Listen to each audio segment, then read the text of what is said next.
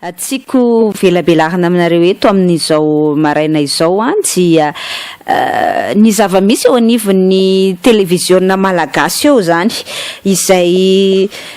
amin'ny ankapobeny zany de mandalo ataontsika hoe fehim-potoana sarotra zany ary ny tena marina mihitsy zany le tontolo ny asa fanaovan-gazety mihitsy amin'izao fotoana izao no mandalo fa amin'ny fotoana faran'izay sarotra zany ny manahirana foana moa no mieritreritra azy dia ny hoe 5 volana ve na 9 bolana ve ndao ataontsika hoe manitsaka ny faha 9 bolany fotoana ny ipetrahany teo amin'ny fitondrana ny régime Niry Randriamampianina dia efa adevitra be ohatran'izany hoe voatery tsy maintsy mametra-pialana ny talehan'ny TVM satria tena efa tsy mety intsony ary rehefa ny mpanao gazety manomboka mi-invoquer zany na miantso an'izay hoe clause de conscience izay efa tena hoe aloalika ny rambary zany eo amin'izay hoe fanohitohinana ny fahalalahany ny asa fanaovan-gazety zay ary rehefa maheno etserony resaka mandeha amin'ny hoe matahotra tsikera loatra ny mpitondra fanjakana tsy mahazakatra tsikera loatra mitondra fanjakana de efa manao fandrahonana na mivantana na ankolaka menace peine voilée ositsika amin'izay hoe andraisana fepetra zahatsy andraisana fepetra zaroa mikasika an'izay asa fanaovan-gazety zay dia efa anatina vanim-potoana manahirana zany tsika anatina vanim-potoana tena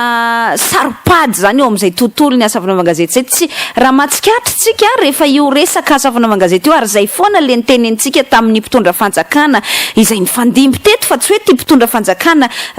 ty régime Randriamampianina ty ihany fa ny régime rehetra ny fandimby ty hoe rehefa manomboka mikasika amin'le mpanao gazety hoe pikasika an'izay tontolo ny asa fanaovan-gazety zay ny mpitondra fanjakana efa tena tsy mamioditra amin'le vahoaka izy zay ary tena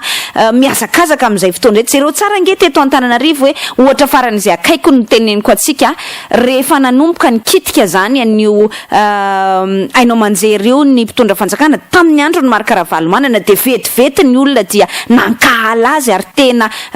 nidina an-dalambe mihitsy ny olona nanongana ny fitondrana ravalomanana tamin'izany fotoana zany io fitondrana teteza mity io zay nanentsika mpanao gazety rehefa avy eo de jereo tsara ny resultat ny teto Antananarivo za tsy miresaka ny any amin'ny faritany satria ny any amin'ny faritany nge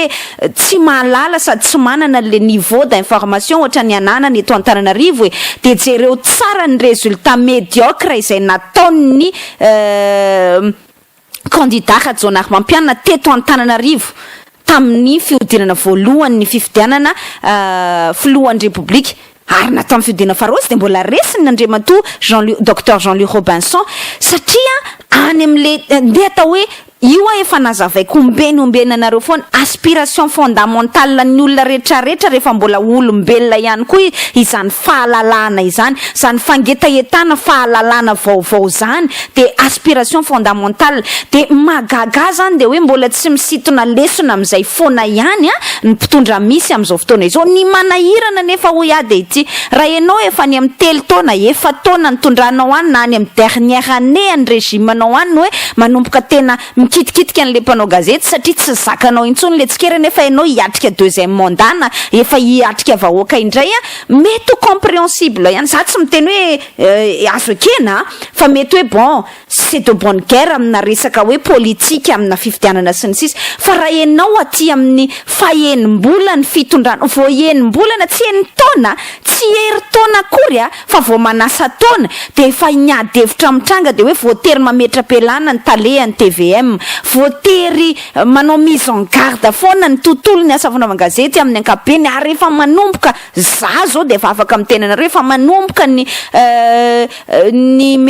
organisme international isan-karazany zay nijanona nanana contact tamin'ny tena moa hatramin'izay satria ny tena mba mpanao gazety efa manomboka mangataka fanazavana ahoana ny fandehan'izao efa manomboka s'intéresser zany na hoe milina indray zany amin'ny zavatra misy eto Madagasikara fa inona indray sahada ny zavatra mitranga amin'izao fotoana izao amin'ny fanohitohinana ny asa fanaovan-gazety io tena mialatsiny hoe tsy zavatra tsara mihitsy zany zay ho an'le firenena ho an'le fitondrana ary ho an'ny vahoaka malagasy amin'ny ankapobeny zany andray ohatra taminareo vao omaly hoe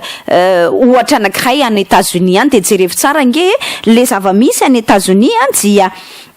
ny sampandrara tahaka ny hoe fikambanan'ny mpanao gazety SPJ ohatra na ny Reporters sans frontières ohatra zay mi-interpellé zany na manaitra ny Barack Obama hoe voatoitoiny izay fa sarotra mahazo information amin'ireo andeha ataotsika hoe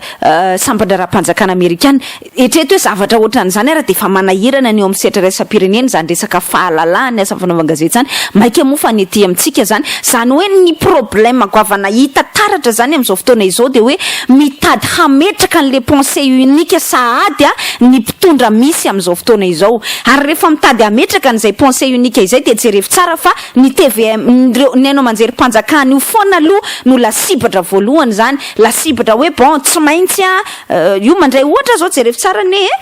ndraisako ohatra ianareo anatin'ny gazety nivoaka androany jereo ange pejy faha enina ny l'Express de Madagascar de misy zany eo le caricature moa zany mazava be zany hoe iza no tiana atao anatin'le sary zany fa io moa mahasary hitatra zany zay style journalistique anankiray zany fomba fanaovana asa fanaovana gazety anankiray zany dia ohatrany hoe tsy maintsy miteny foana hoe zay mety ressemblance amina personnage misy dia le fruit du pur hasard ozy ny fitenenana zay fa izy fantatrao zany hoe iza no miteny de jereo tsara fa mamperitreritra be mihitsy le zavatra ataon'le sarin'le Express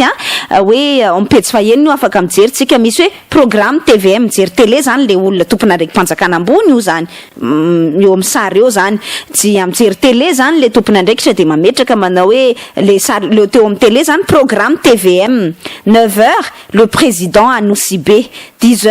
le président à Tuléar 11h le président à Tamatave 12h na midi zany le président à Rome de miteny am'izay le tompona ndraiky mpanjakana hoe c'est maintenant que la presse est libre zany hoe zao vao tena malalaka ny mpanao gazety na ny asa fanaovana gazety satria tsy miresaka afa-tsy ny filohan'ny république zay le danger le pensée unique tiako resahana anareo ka rehefa mijery ako an'ilay lettre de démission na ny taratasy ametraha-pelany Niry Randriamampianina izay talehan'ny TVM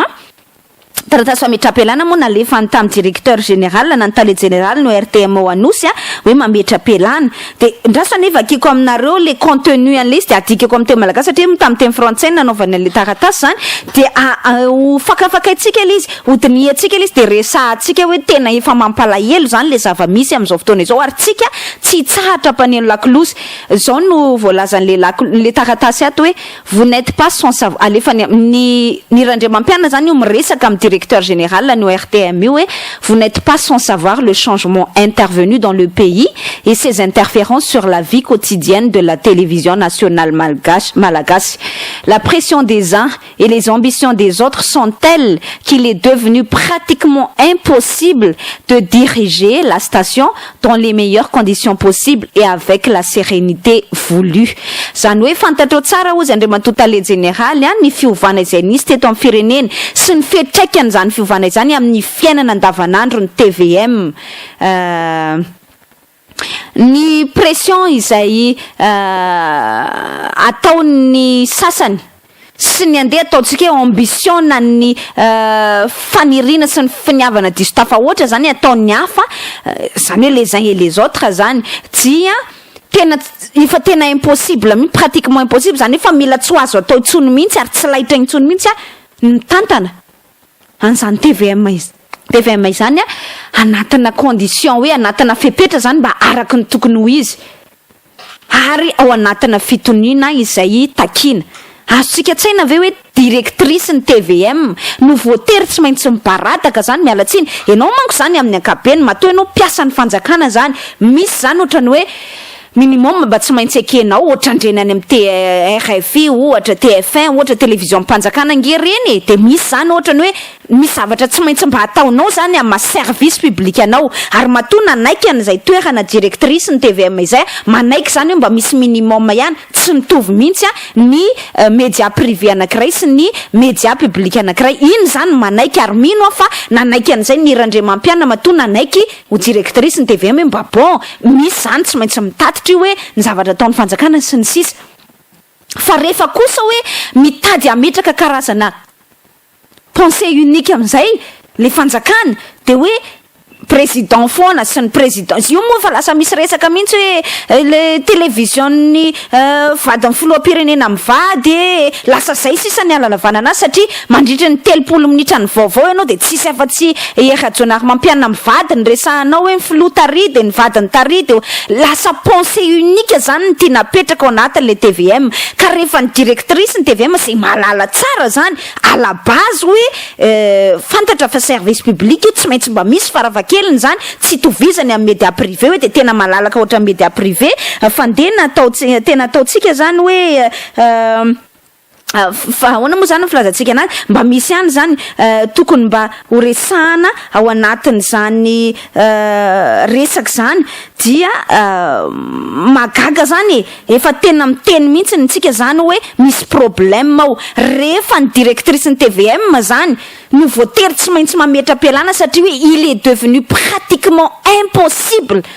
de gérer la station dans les meilleures conditions possibles et dans la sérénité voulue efa tena misy problème zany le zava-misy amin'ny fahalalahana eto amin'ity firenena ity ny danger hoy de efa manomboka mitady hametraka zany pensée unique le fitondrana misy amin'izao fotoana izao rehefa ny fitondrana misy no manomboka manao dérive amin'izay hoe pensée unique izay mino ay isika fa io ny zavatra tsy zakany vahoaka indrindra mbola zakany vahoaka ihany hoe mahantra mbola zakany vahoaka ihany hoe kely ny sakafo miditra any ambilany mbola zakany vahoaka ihany angamba no mety hoe injustice isan-karazany fa raha misy zavatra izay nampitroatra ny vahoaka ary tantara marina izany teto amin'ity firenena ity de io resaka hainao manjery io ka rehefa hoy io TVM io jereo ny tantara nge nanapirofo an'izany io TVM io de la sibatra hatrany satria tsy zakany vahoaka le hoe faneriterena amin'ny endriny isan-karazany zay atao mikasika an'izany hainao manjery mpanjakana izany ary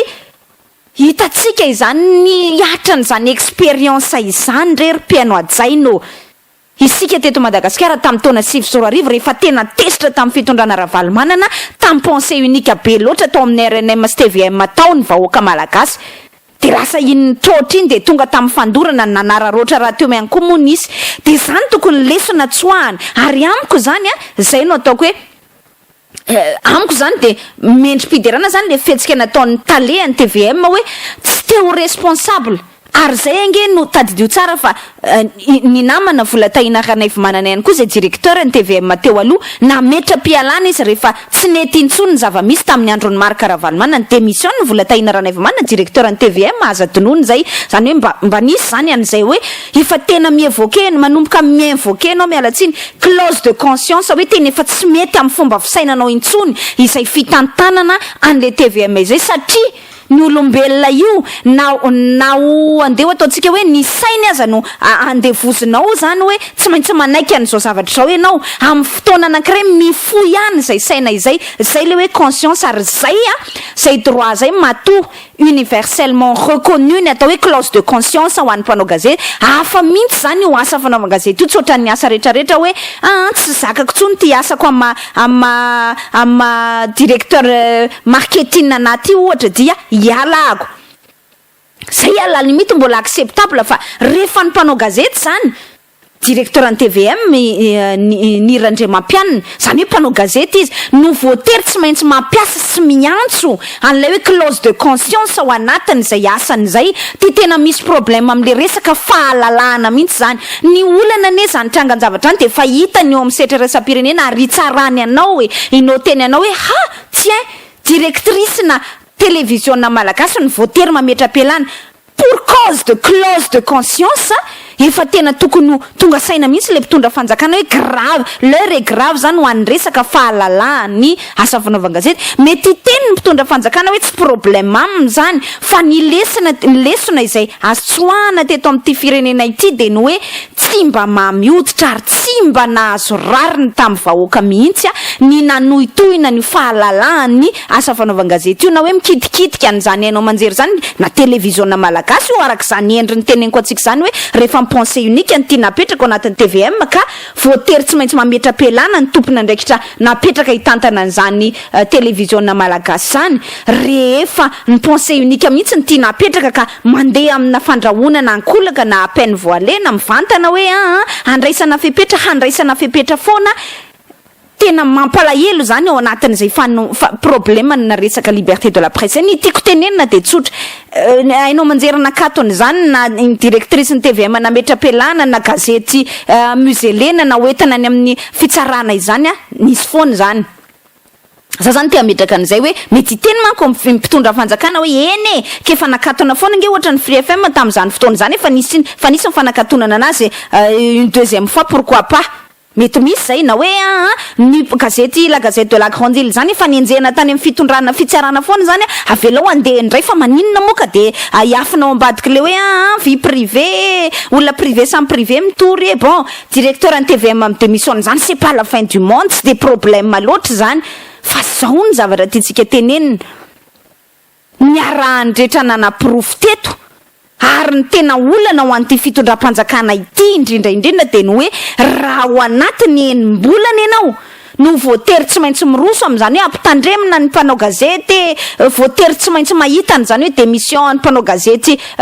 talehan'ny TVM izany voatery tsy maintsy hoe mandeha manao fampitandremana tsy mipotra daholo na ny prime ministre na ny ministre tompona ndraikitra na ny sampandra isan-karazany misahana n'izany fahalalana misahana n'izany tutelle ny asa fanaovan-gazety zany ao anatiny enim-bolana nitondrana ny fitondrana Randriamampianina tena tokony andinika le mpitondra fanjakana hoe zany ve ny tokony atao problème eto amin'ny firenena amin'izao fotoana izao efa ndresako anareo maly manko zay fa de mbola miampy an'ity hoe démission an'ny Niry Randriamampianina ity de tena afahanao mahita mihitsy zany hoe l'heure est grave quoi tena efa anatina vanim-potoana miotakotaka ho an'ny fahalalany asa fanaovan-gazety nefa tadidio tsara fa voaporofo tao anatin'ny tantara hoe afa io fahalalany asa fanaovan-gazety io raha voatohitohiny tonga de zay ny vita ho an'le mpitondra zany mangidoditra amin'ny vahoaka ary io mety tsy androany zay manko no mety tenen'le mpitondra fanjakana ka tsy maninona zay tsy iongany zany na zay tsy hiala eo amin'ny fitondrany zany mety tsy ho androany ianao no esoron'ny vahoaka io fa ho tsara iny averiny aminao eny famerim-bolanao iny ary zay tokony lesona raisiny filoha Randriamampianina satria izy ange il en a fait les frais ozy ny teny vahiny zany hoe natsapary nando lafo novidiny lafo zay zava-nisay tamin'ny fitondrana tetezamita nisaika nahareseny teto Antananarivo nge naharesy azy tamin'ny fifidianany naharesy azy tamin'ny fifidianana tamin'ny premier tour mihitsy nge ny naharesy azy teto Antananarivo ary nalatsaka ny score ny tata amin'ny score ny Niry Randriamampianina teto de ny score ny teto Antananarivo asa donona mihitsy efa tany amin'ny province ny Randriamampianina mifanantsahana ihany tamin'ny Niry Randriamampianina fa teto Antananarivo latsaka ny score ny satria ny tsara azy mafy ny citoyen zany na ny olo-pirenena zany teto Antananarivo ary tadidio tsara fa ny Free FM niverina ny asa nanomboka tamin'ny décembre 2013 napiakatra indray ny adevitra teto amin'ity firenena ity napiakatra na tiana na tsy tiana de zay ny mariny napiakatra ny score ny Randriamampianina teto Antananarivo tsy rehefa tsara nefa le média ny sokatra zany nahafahany tadidio tsara fa tao anatin'ny transition zany hoe nahita zany le olotsotra zany na ny citoyen zany na ny olo-pirenena ifidy zany hoe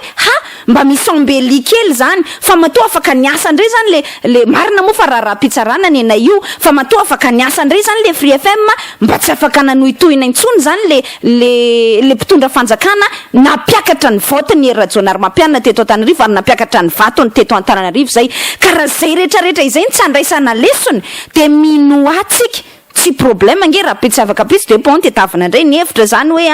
andeha le façon ny fitsarana indray ny mpanao gazety ny la gazette de la grande île satria tsy zakazaka n'le mpitondra le milaza ny mariny io za zao mametraka fanontaniana mihitsy hoe koraha miteny ny la gazette de la grande île hoe nahazo fiara tsara tare be vaovao be ny zanaka ny filohan'ny republique raha tsy mariny zany de manao fa démenti ataovy ny démenti de mijanony eo le resaka zany hoe mino ny vahoaka zany hoe ay kosa kay tsy marina zany azavao ary hoe taiza le Mercedes tsara tare be fa le mpitondra fanjakana sady tsy manao transparence sady tsy manao mangarara maika anentsika n'le mpanao gazety fotsiny fa za zany tena te ametraka an'izay mihitsy hoe grave ary io mbola tsy haiko mety hoe tsy mahalala angamba le équipe amin'ny fitondrana misy amin'izao fotoana izao fa zany resaka clause de conscience izany zay principe universellement admis ho an'ny asa fanaovan-gazety ho iako zany hoe eken'ny mpanao gazety rehetra manerana n'izao tontolo izao zany clause de conscience izany rehefa karazana clause de conscience no aroso ny mpitondra ny mpitantana anankiray ainao manjery mpanjakana anankiray tena entrave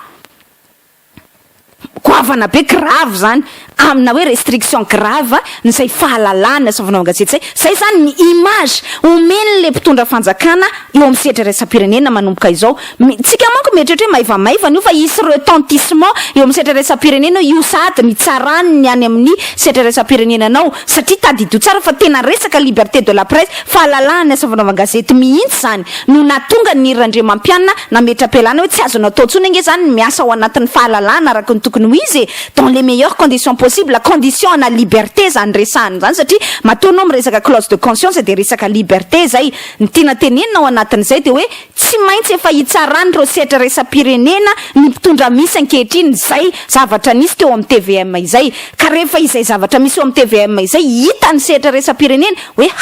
clause de conscience n'invoquen'le mpanao gazety tao anatin'izay resaka nambarany zay de fa tena misy problème zany liberté de la presse de zay ny message na zay ny zany ny zavatra hitan'le sehatra raisam-pirenena taratra ho an'ny fitondrana misy ankehitriny manampy an'le efa nitenenina teo foana nresahako anareo maly hoe mauvaise gouvernance hita taratra ny corruption mibahana be trafic ana bois de rose mbola tsy hita zay amahana anazy hatramin'izao fotoana zao ary mbola miandry foana mpitondra ny eo amin'ny sehatra raisam-pirenena ny vahaolana tsy hivoaka ny vola ao anatin'izay rehetrarehetra izay ho sarotra eny ange ny tantany zany hoe nytitsika tenena zany ampitiavana mihitsy ny tenenana mpitondra fanjakana io tsy problème rahampitso alefa eny amin'ny fitsarana mpanao gazety ce sera pas la première fois rahapitso inona moa izy teo voatohitohina hoe andraisana fepetra ny mpanao gazety zany na mpanao gazety zaroso ce sera jamais ce sera pas la première fois tsy zay ny voalohany donc hoe tsy misy zavatra tokony agaka zany fa zao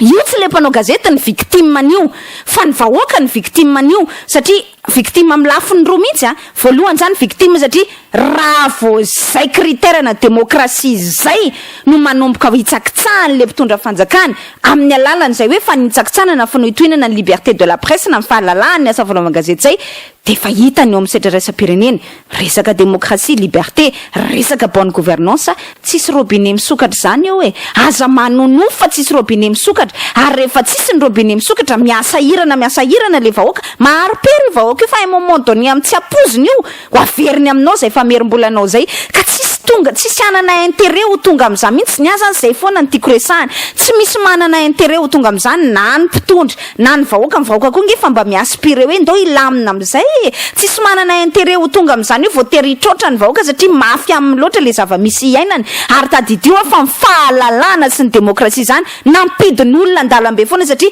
aspiration fondamentale de tout être humain ho an'ny olombelona rehetrarehetra zany resaka fahalalahany zany ka raha anina anaova mpitondra fanjakana vinany anaovana kinanga ozy ny fitenenana zay izy mety hoe hitohy foana ihany tsy ndeha ataontsika hoe tsisy impact dans l'immédiat fa ho averin'ny vahoaka aminao zay famerim-bola zay ka tsisy anana intérêt amin'izany satria zao raha tsy hipotsaka moa ny robinet raha tsy hivoaka moa ny vola itsika malagasy any ange vomafy ao anatin'izany tsisy anana tombontsoa anatin'izany ka za zany te hametraka an'izay ao anatin'le resaka hoe mora foana ange tena grave ange le rehetra zany tsy haiko manko na azontsika atsaina zany hoe tena efa any amin'ny TVM manomboka zany le problème hoe any amin'ny TVM voatery mametra-pialana ny directrice anankiray tena invivable ange zany le zavatra tsy azo iainana intsony ange zany le zavatra misy fa raha mbola azo ny iainana tsika ange mahita fa nisy ihany koa fanohitohinana tamin'ny teteza mita tsy mahazo mandainge Niry Randriamampianina mpanao gazety tamin'ny nitendrena ho directrice ny TVM efa tamin'ny andro ny teteza mita nisy ihany fanohitohinana fa mbola ao anatin'ny limite ny acceptable zany na mety mbola azo ekena matony zany natao Niry Randriamampianina fa matò zany efa tsy maintsy nametra-pialana Niry Randriamampianina efa tsy azo ekena tsy lefitra intsony zany zay zany tena efa tsy zaka intsony zany efa otrany mety zany de tokony andinika mitondra fanjakana ao anatin'izay lafin-javatra izay hoe misy problème ao zany zay liberté de la presse zay misy problème zay fahalalahany asa fanaovan-gazety zay aleo diniana aleo lanjalanjaina fa tsisy anana tombotsoa amin'izay ny olona rehetrarehetra ary ny tantara ho ihany nampianatra antsika zay fean'izay zavatra teneniko rehetra zay ny tantara nampianatra antsika ary raha misy zavatra tokony mba tazominy io mpitondra fanjakana io de ny resaka tantara ny tantara nampianatra antsika fa ny olona nanohitohina ny fahalalany asa fanaovana-gazety notsarainy ny tantara sy notsarainy ny vahoaka foana ary notsarainy ny vahoaka tamin'ny fomba enjana ka zay rehetrarehetra zay no everiko fa tokony mba ho raisiny mpitondra fanjakana ho inona moa izy teo ho raisiny ho lesona zany ao anatiny zava-misy zany ao am'izay ataontsika hoe fandalana ny demokrasia zay ny olana goavana mitranga de ny hoe raha miresaka ny TVM etrentsika inge tonga hatramin'izany le izy hoe tena tsy mahazaka an'le tsikera le mpitondra fanjakana zany satria le titre zany na lohatenin'ny gazety isan'andro zany tsy zaka an'le mpitondra fanjakana satria mitsikera an'le mpitondra fanjakana ka ary manahirana rehefa mijery tokoa moa zany tsika titre zany de bon mijery tsika zany ohatra la gazette de la grande ville face à l'ambassadeur de France cool Roger trop timoré fitondrana hery ny nenina ao aoriana andatsy zany zao zavatra hitatsika ato anatin'ny titre ohatra à Madagascar c'est un peu le bordel de mijery ndray tsika ohatra midi Madagascar ny titre be eo intervention de l'hémorrague à Vontovorona une arrestation à 4 blessés chez les étudiants tsy tsara zany ho an'ny mpitondra fanjakana tsy tsara ho an'ny mpitondra fanjakana de ohatra zany zany zavatra tenentsika izany jery titre itsika zany ohatra hoe l'expression Madagascar adina 16 ao anatin'ny HCC ndray hoe ruée vers de siège etsekilan'izay tsika mahita hoe bon ino moa izy teo manifestation des étudiants abouti à une arrestation zany hoe tsy zakan'le mpitondra fanjakana zany hoe tsy misy zavatra milama raha ny sitrapon'le mpitondra fanjakana de zay vao atao anatin'ny revue de presse zany de hoe bon le président est vraiment un véritable homme d'état ohatra zany zao mandokandokan'le mpitondra fanjakana le premier ministre travaille bien zany ohatra ny titre zao l'équipe gouvernementale en parfaite synergie zany zao de mahafinaritra le mpitondra fanjakana ka hoe rehefa le titre amin'ny gazety zany manaelingelina le mpitondra fanjakana ka hoe foanana hatramin'ny revue de presse ao amin'ny TVM tena danger nge zany efa tena le fahalalany asa fanaovana gazety mihitsy nge zany no tena voatohitohina zany hoe le zoan'le malagasy azo an'le vaovao le droit à l'information an'le malagasy mihitsy zany no itsahan'le mpitondra fanjakana de inona zany ka manina raha mena baiko mihitsy ara le mpanao gazety zany ataovy tsara be ny titre anareo ataovy tsara ho amin'ny mpitondra fanjakana ny titre anareo de zay zany vo atao le resaka revue de presse ohatra zao tsika mijery ny gazety le nouvelle zay amin'ny ankapobeny tsy de manenjika loatra ny fitondram-panjakana zany hoe tsy de kritika loatra vis-à-vis ny fanjakana zany kanefany voatery manao titre hoe bon session extraordinaire le parlement attend toujours miandry foana ny parlement satria tsy misy fihetsika ataon'ny fitondrana mpanatanteraka etsekilan'izay fitokonana teny vontovorona mpianatra ray voasambotra communal lohateny lehibe point d'interrogation sur le financement ilazana hoe tsy de tsara daholo zany ka zay ary le zava-misy ko raha ohatra nge le mpanao gazety tia namoaka zavatra tsara de manaova tsara le mpitondra fanjakana fa matoa le mpanao gazety voatery zany ny lohateniny voatery zany ny amin'ny gazety antsoratra zany ohatra zany raisitsika ny tenentsika zany de satria midika zay zavatra rehetrarehetra zay fa tsy misy zavatra tsara azo nyresahana le mpanao gazety ary ny rôle ny mpanao gazety aza adonona mihitsiny zay ny rôle na mpanao gazety ndraso aloha ndraisako ohatra vetivety anareo satria mankony ty de tena mazava mihitsiny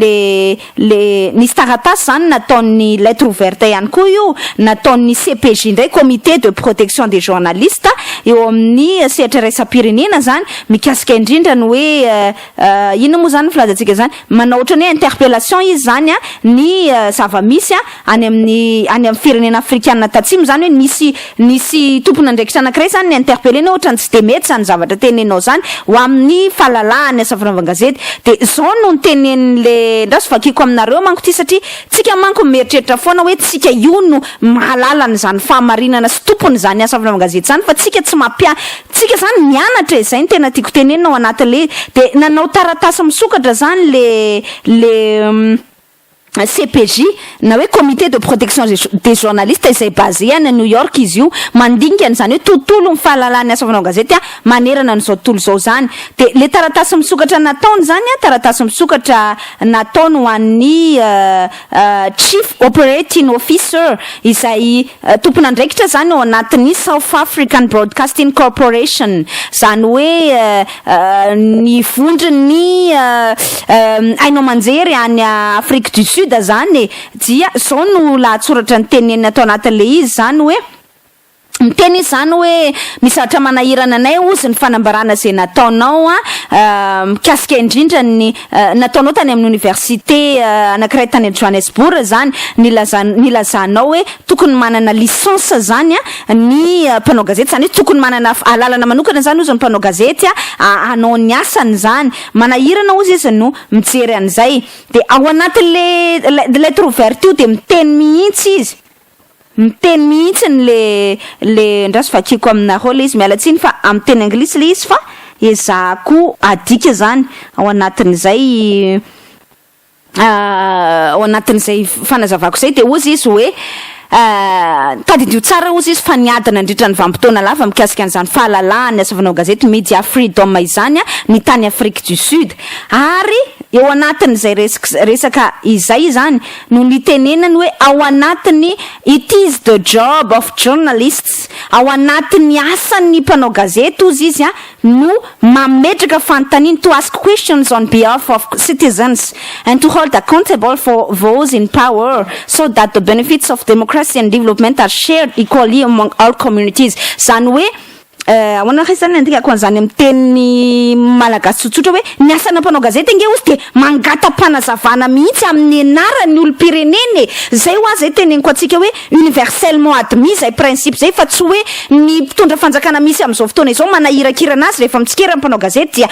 zao ny atao tsy zany fa rehefa manaiky ianao ny démocratie de manaiky an'izay fodi-kevitra zay ianao ary mbola nampatsahivy ny comité de protection des journalistes izay hoe tadidio fa ny asa mpanao gazety ozy de mametraka fanontaniana amin'ny anaran'ny olo-pireneny ary mangataka ny mpitondra ozy izy mba accountable zany hoe ho redevable zany hoe anao tatitra amin'ny vahoaka zany zay ngamba no azo ilazana anazy mba ho an'ny tombotsoany zany demokrasia zay ho an'ny tombotsoany zany demokrasia zany ary ao anatiny zany ihany koa ny tenenany hoe ny mpanao gazety ozy izy de aza donona fa mitsikera zay no asany voalohany indrindra manao fitsikerana ozy izy an'izay mpanao gazety zay ndraso nge vakiko aminareo zay zavatra ny teneniny zay fa tsara ihany manko no mba ahafahatsika zany hoe mandinika zany ao anatin'izay hoe ny ndraso kely tsy hitako le resaka ny teneny ao anatin'izay hoe satria manko nanao fanambarana lavalava zany ny CPJ ny comité de protection des journalistes ho an'izay zavatra nitranga tany afrikana tatsimo izay dia makasika an'izany fahalalany asavanao gazety zany hoe